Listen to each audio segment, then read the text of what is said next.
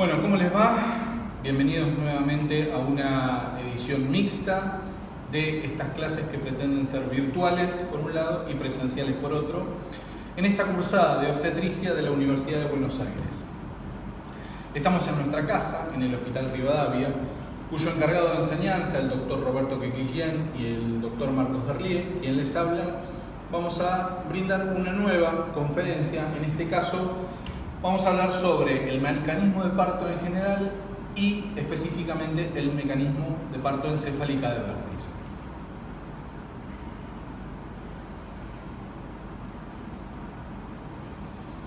Bueno, sabemos que la definición es todo aquel conjunto de movimientos que realiza progresivamente el feto durante su progresión a través del canal de parto, y para esto son necesarias tres cosas. La primera es potencia, es decir, power o motor, que sería la dinámica uterina que empuja al passenger, por otro lado, que es el feto, la segunda de las P, que va a pasar a través de un passage. ¿Cuál es el passage? Bueno, el passage es el canal de parto o el pasaje del parto. Con estas tres P nosotros vamos a tener todo un conjunto de movimientos que ya hemos visto en algún momento en fenómenos activos y pasivos, y los vamos a ver más en forma detenida o más precisamente para esta clase. ¿Cuál es el fundamento de todo esto? Bueno, básicamente para que esto ocurra tiene que haber, por un lado, una fuerza propulsiva y un obstáculo en el canal. Esto obliga sí o sí a una acomodación. Ya vamos a ver que si nosotros tenemos una fuerza que es tanto de los laterales como del fondo, entre comillas, eso será el fondo uterino, que es simétrica, esta estructura va a seguir siendo una estructura redonda. Sin embargo, si las fuerzas laterales son más fuertes que la fuerza vertical, la estructura tenderá a ovalarse. Las fuerzas laterales no son otra cosa que el hueso o la pelvis materna, lo que es mucho más poderosa y mucho más fuerte desde el punto de vista de la resistencia que la fuerza vertical, motivo por el cual el feto se termina acomodando. Y sabemos que el feto tiene tres segmentos: la pelvis fetal, los hombros fetales y la cabeza. Son los tres más o menos parecidos, aunque la cabeza en algunos fetos es ligeramente, desde el punto de vista proporcional, más grande. Por eso, cuando la ecuación se invierte, es decir, que la pelvis viene primero en un parto en pelviana, el riesgo más grande es que la cabeza, que es más grande proporcionalmente que los otros segmentos, cuando la pelvis pasa y los hombros pasan, no hay ningún inconveniente, se quede retenida. Esto se denomina retención de cabeza última, y es una de las cosas que nosotros tenemos que tener en cuenta debido a los peligros. Son 4 los tiempos, los vamos a ir viendo uno por uno y detenidamente qué es lo que ocurre. El primero es la orientación al estrecho superior de la pelvis, el segundo es el descenso y el encaje, el tercero es la rotación interna, y finalmente vamos a hablar del desprendimiento. Esos son los 4 tiempos del mecanismo de un trabajo de parto. Lo vamos a orientar más hacia las cefálicas y después vamos a ver específicamente el de cefálica de vértice, que es el más frecuente. La orientación al estrecho superior. Bien, la orientación al estrecho superior es la orientación en particular en el estrecho superior al diámetro mayor. Y el diámetro mayor de la pelvis, lo vamos a ver en una diapositiva más adelante, es el oblicuo, motivo por el cual las orientaciones son primero a los oblicuos, específicamente el izquierdo, porque en el derecho hay obstrucciones, y luego en el derecho. Más adelante vamos a ir viendo más.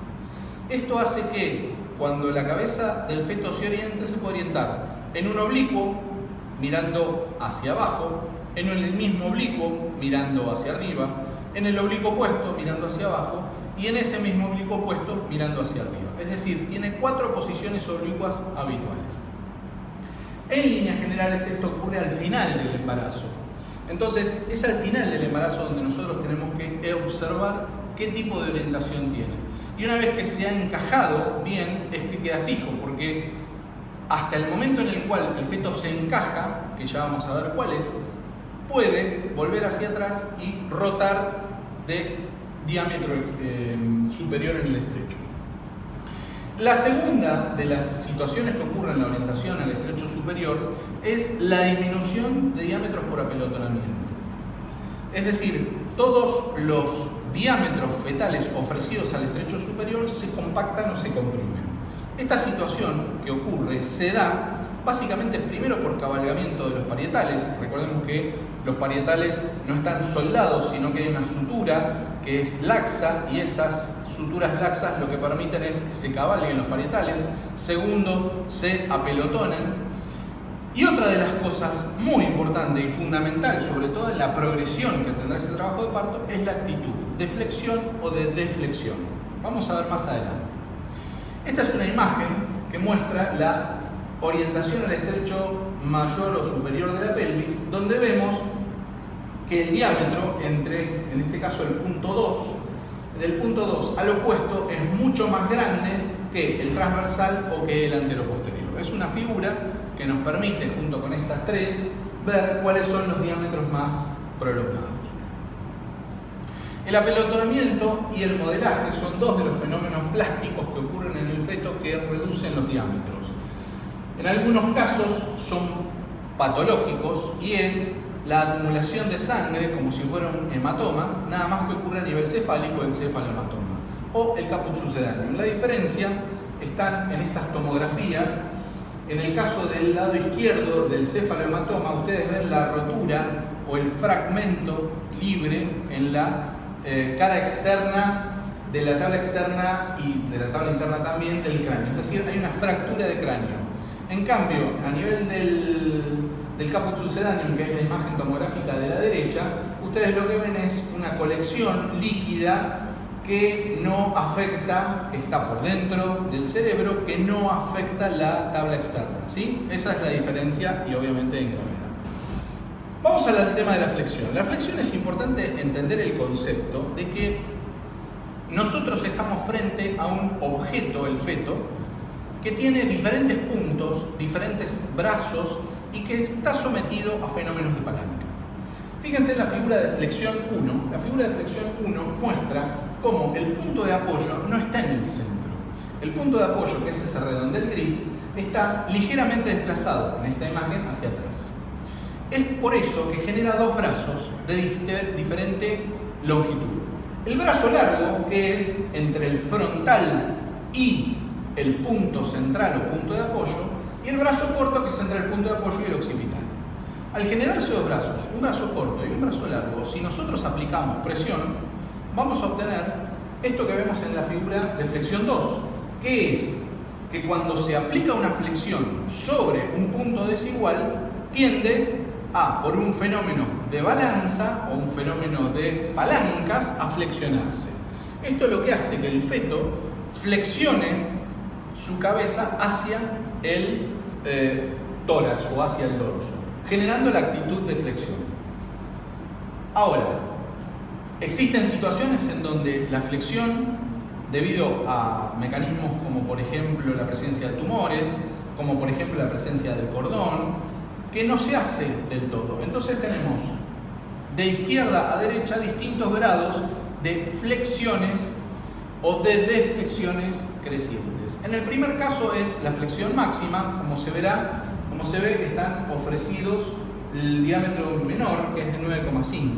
Si nosotros nos vamos más hacia la derecha, vamos viendo que el grado de deflexión, fíjense el ángulo que está formado, es casi de 90 grados. En este caso está ofrecido un diámetro de 12,5. Fíjense en el tercer dibujo, en la figura C, como el ángulo inclusive formado es un ángulo obtuso, está deflexionado. Y el ángulo ese es de 13,5. Si recordamos, el promonto pubiano mínimo tiene 10,5. Es imposible que un feto deflexionado de esta manera pase a través del canal de parto. Y finalmente la figura D muestra un grado de flexión mucho mayor, que es la deflexión total, donde el diámetro ofrecido es de 9,5, sin embargo la presentación es de cara, es decir, es la más vistósica versus la A y la D. El segundo de los mecanismos es el descenso y el encaje. El descenso y el encaje, bueno, básicamente atraviesa el estrecho superior de la pelvis y pasa por el plano de angustia. ¿Por qué plano de angustia? Porque es el plano más justo, más compacto, más estrecho de la pelvis. Es el plano del promonto pubiano mínimo. El promonto pubiano mínimo, como ven en la figura del lado derecho, va entre el celeste y el celeste, es decir, de la parte retropubiana a el promontorio. El promontorio es la unión entre el sacro 1 y lumbar 5. Este es un diámetro inextensible. Este es un diámetro que es relativamente estable, es de 10,5 en la mayoría de las pacientes. Obviamente que hay variaciones interindividuales, pero ese es un promedio. Y lo que nos permite o lo que nos deja ver este diámetro, que mientras más estrecho es, obviamente menos probabilidades de tener un parto normal. Entonces el promonto pubiano mínimo, una vez que desciende el feto y lo atraviesa, nosotros de alguna manera nos encontramos ante una situación que es la situación de irreversibilidad. Si nosotros atravesamos el plano de angustia, es probable que el parto progrese. Si el plano de angustia no se llega a atravesar porque por ahí la pelvis es muy estrecha o hay diferentes situaciones, entonces quizás nos convenga hacer una cesárea.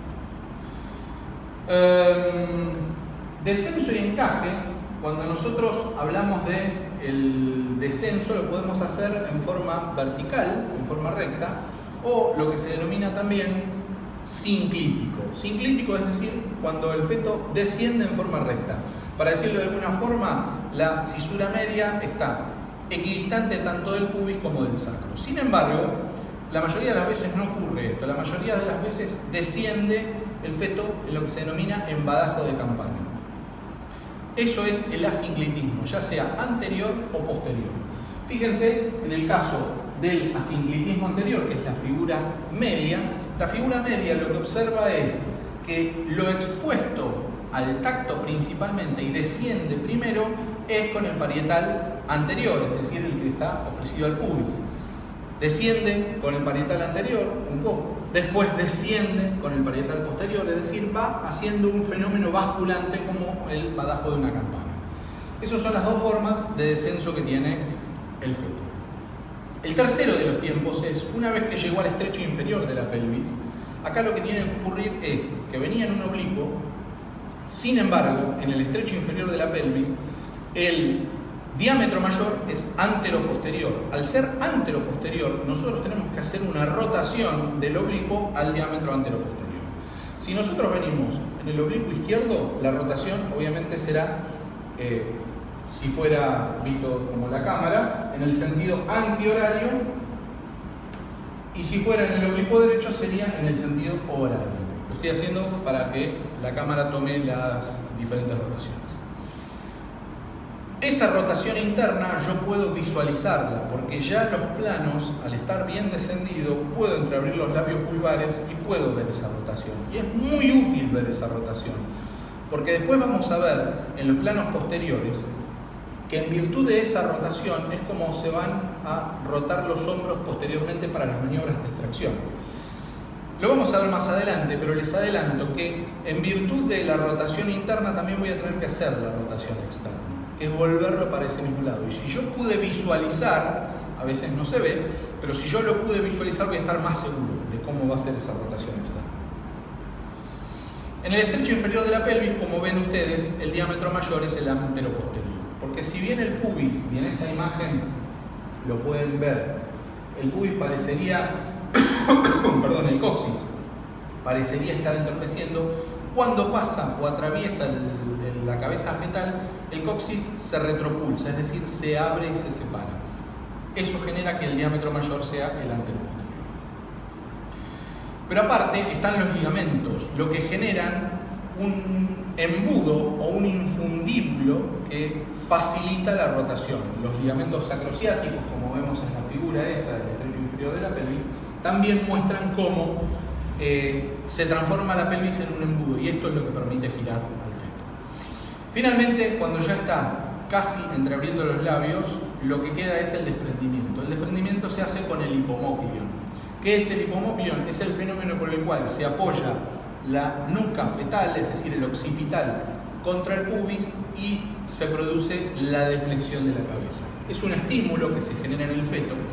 El apoyo sobre el pubis genera el fenómeno de hiperflexión o flexión brusca de la cabeza. Cuando esto ocurre, tenemos que proteger para evitar que esa deflexión brusca rompa y desgarre las partes blandas. Vamos a la parte 2 de esta pequeña conferencia, de esta clase virtual, que es el parto encefálica de vértice. Vamos a ver todos estos pasos específicamente para la cefálica de vértice. Vamos a ver en líneas generales algunas generalidades. Después de una imagen de lo que es un parto, vamos a centrarnos en que la cefálica es el 95% de todas las variedades y específicamente la de vértice también es el 95% de todas las cefálicas. Estamos hablando de la variedad obviamente más frecuente.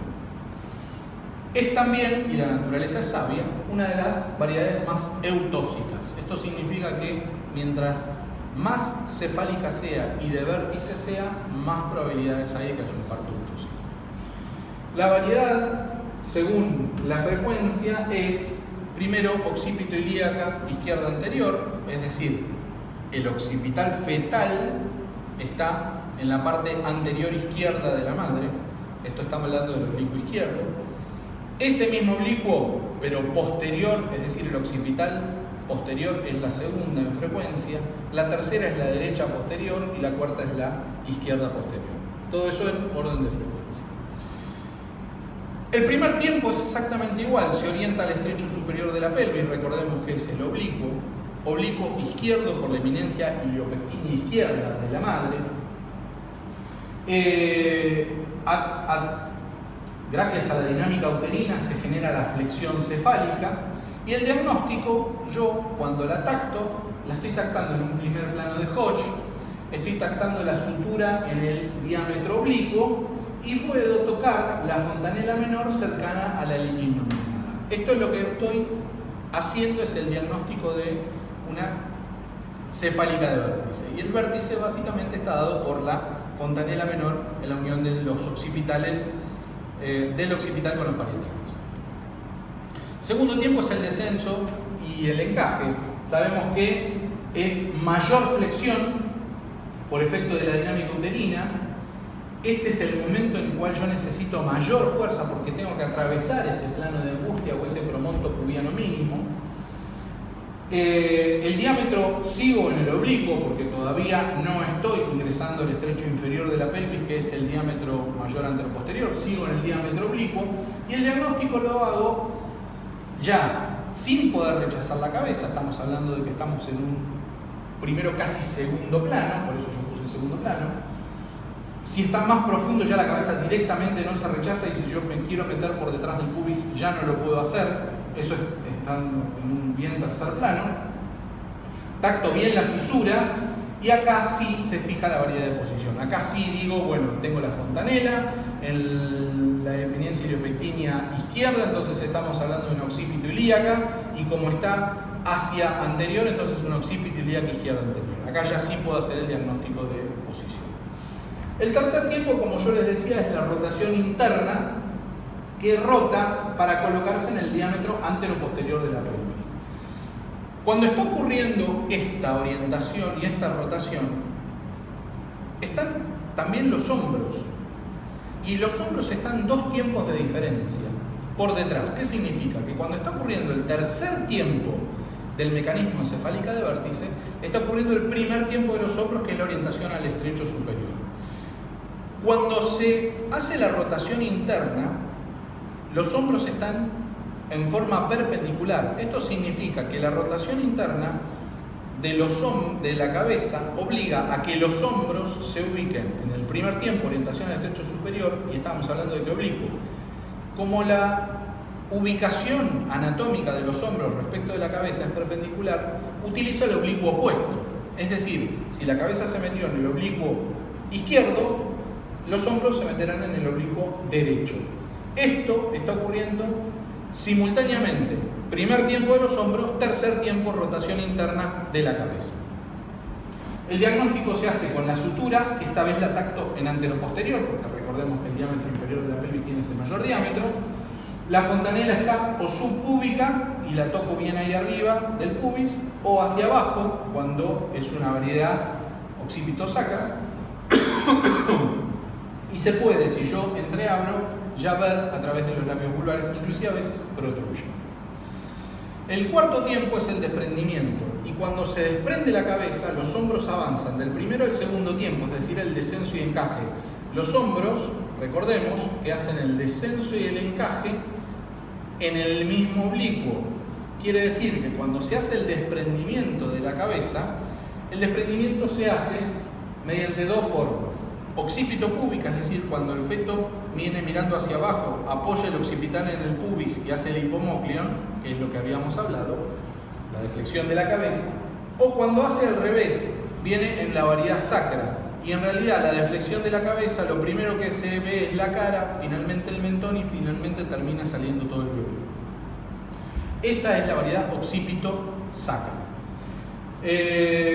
Obviamente la deflexión de la cabeza yo la veo, lo que tengo que hacer es acompañar dilatando ligeramente las partes blandas, la dilatación genera estímulo de pujo también, y por otra parte en el momento en que se está produciendo yo tengo que apoyar la mano sobre la cabeza para evitar la deflexión brusca, es decir, acompañar el movimiento, ampliando partes blandas y acompañando el movimiento de deflexión. Esto me facilita y evita roturas de partes blandas.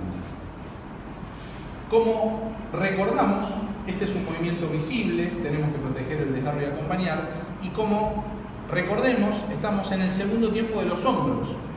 El feto ya tiene la cabeza afuera, sin embargo los hombros están en el segundo de los tiempos. ¿Qué es lo que tiene que hacer ahora el hombro? Los hombros tienen que hacer la rotación interna. Para hacer la rotación interna, yo tengo que llevarlo al diámetro anteroposterior. Si estaba en el oblicuo opuesto, tenemos que recordar que la rotación interna es contraria a la rotación, perdón, la rotación externa es contraria a la rotación interna. Vamos a verlo con esta filmina donde compara el polo cefálico por un lado con la rotación interna por el otro de los hombros. El polo cefálico hace rotación externa. ¿Por qué es externa? Porque la cabeza ya está afuera. Entonces, la rotación que hace la cabeza o que yo ayudo a hacer a la cabeza lo hago externamente del cuerpo. Sin embargo, los hombros sí están en el tercer tiempo. ¿Se acuerdan? Primer tiempo, orientación al estrecho superior de la pelvis de los hombros cuando se daba el tercer tiempo de la rotación interna de la cabeza. El cuarto tiempo de la cabeza, que es el desprendimiento, genera el descenso y encaje de los hombros. Y ahora estamos en el cuarto tiempo, sería el quinto tiempo de la cabeza y el tercer tiempo de los hombros. El quinto tiempo de la cabeza sería la rotación externa y el tercer tiempo de los hombros sería la rotación interna. Como vemos ahí, lo que hacemos es la comparación entre rotación externa a la izquierda y rotación interna a la derecha. Polo cefálico a la izquierda, hombros a la derecha. Entonces, lo que tiene que hacer la cabeza es rotar hacia el oblicuo en el que venía. Si venía en izquierda, rotación interna, vuelve. ¿Por qué? Porque los hombros se acomodan en el anteroposterior.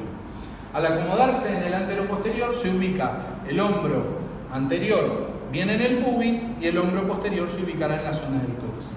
Esta forma es la que yo tengo de identificarlo, y lo que puedo hacer es ayudarlo a la rotación externa de la cabeza para encajar mejor a los hombros.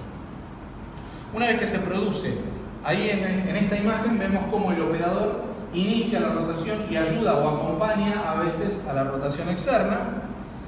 Al final de la rotación externa, fíjense que la cabeza está perpendicular a los hombros y los hombros están en el anteroposterior. Ahí está claramente identificada en el fin de la rotación externa cómo es que los hombros están en el anteroposterior y la cabeza, en este caso, está mirando a la derecha de la paciente, a la izquierda de la paciente, perdón. Finalmente, en el sexto tiempo es únicamente de los hombros, se desprende el hombro primero, anterior, y después de la extracción del hombro anterior se hace la extracción del hombro posterior. Nosotros tenemos siempre una forma de explicarle a los residentes cuando están comenzando a hacer los partos, que es bien hacia abajo. Y para esto, una forma de hacerlo hacia abajo es rodilla en el piso, porque si apoyamos la rodilla en el piso, vamos a quedar absolutamente en desparejo con la camilla y la tracción va a ser hacia abajo inevitablemente. Después se tracciona hacia arriba y eso nos permite la extracción fetal final, protegiendo obviamente siempre el periné para evitar los desgarros. Acá se ve cómo se extrae parte del hombro anterior y ahí se está extrayendo el hombro posterior en esta siguiente filmina. Ahora vamos a ver un video, es un video donde no se ve la rotación interna, pero sí se puede ver a medida que va avanzando se puede ver la progresión de la rotación externa y la extracción del resto del feto. Bueno, lo que estamos viendo es cómo el operador introduce las manos tratando de ampliar el canal de partes blandas. Al ampliar el canal de partes blandas se observa que la cabeza empieza a protruir. Ahí está con una gasa protegiendo el periné y con la mano está tratando de evitar que la deflexión de la cabeza sea un poco más lenta. Como ven, ahí se produjo la extracción. Fíjense el desprendimiento del hombro anterior, después se desprende el hombro posterior que sale con una manito y se coloca arriba de la panza de la mano.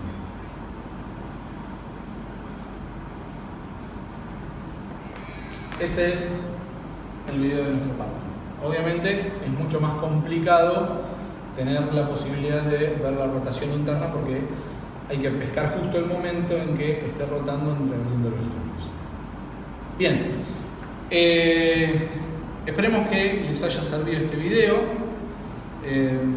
Esta clase complementa, como ustedes saben, a las clases presenciales. Si tienen algún tipo de duda o alguna cuestión que ustedes deseen ampliar, ya saben, en cursadoobstetricia.blogspot.com o cualquier duda que tengan al Twitter del Dr. Roberto Keklikian, que es el titular de esta cátedra, @rkekli.com. Estamos siempre tratando de incorporar clases nuevas, así que esperemos vernos en una próxima clase. Muchas gracias.